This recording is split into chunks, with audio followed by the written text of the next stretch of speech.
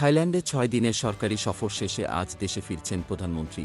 থাইল্যান্ডে ৬ দিনের সরকারি সফর শেষে আজ সোমবার ব্যাংকক থেকে দেশে ফিরছেন প্রধানমন্ত্রী শেখ হাসিনা। প্রধানমন্ত্রীর প্রেস উইং সূত্র এ তথ্য জানিয়েছে, শেখ হাসিনা থাই প্রধানমন্ত্রী শ্রেথা থাবিসিনের আমন্ত্রণে দ্বিপক্ষীয় ও বহুপক্ষীয় উভয় সফরের অংশ হিসেবে গত ২৪ এপ্রিল বিকেলে ব্যাংকক পৌঁছেন। তাকে ডন মুয়াং আন্তর্জাতিক বিমানবন্দরে লাল গালিচা উষ্ণ সংবর্ধনা দেওয়া হয় এবং ১৯ বার তোপধ্বনি ও গার্ড অফ অনার দেওয়া হয়। সফর চলাকালে ২৬ এপ্রিল বাংলাদেশের প্রধানমন্ত্রী থাই প্রধানমন্ত্রী থাবিসিনের সঙ্গে গভর্নমেন্ট হাউসে দ্বিপক্ষীয় স্বার্থসংশ্লিষ্ট বিষয় নিয়ে আলোচনা করেন। উভয় নেতার উপস্থিতিতে দক্ষিণ পূর্ব এশিয়া ও দক্ষিণ এশিয়ার দেশগুলোর মধ্যে দ্বিপক্ষীয় সম্পর্ক জোরদার করতে ৫টি দ্বিপক্ষীয় নথি সই হয়। শেখ হাসিনা গভর্নমেন্ট হাউসে থাই প্রধানমন্ত্রীর দেওয়া আনুষ্ঠানিক মধ্যাহ্নভোজেও যোগ দেন। গভর্নমেন্ট হাউসে পৌঁছলে শেখ হাসিনাকে থাই কুফা ভবনের সামনের উন্মুক্ত স্থানে লাল গালিচা উষ্ণ অভ্যর্থনা জানানো হয়।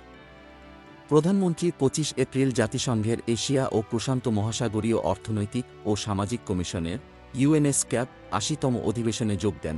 গোলাম Mostafa, desk report, BE news, Dhaka.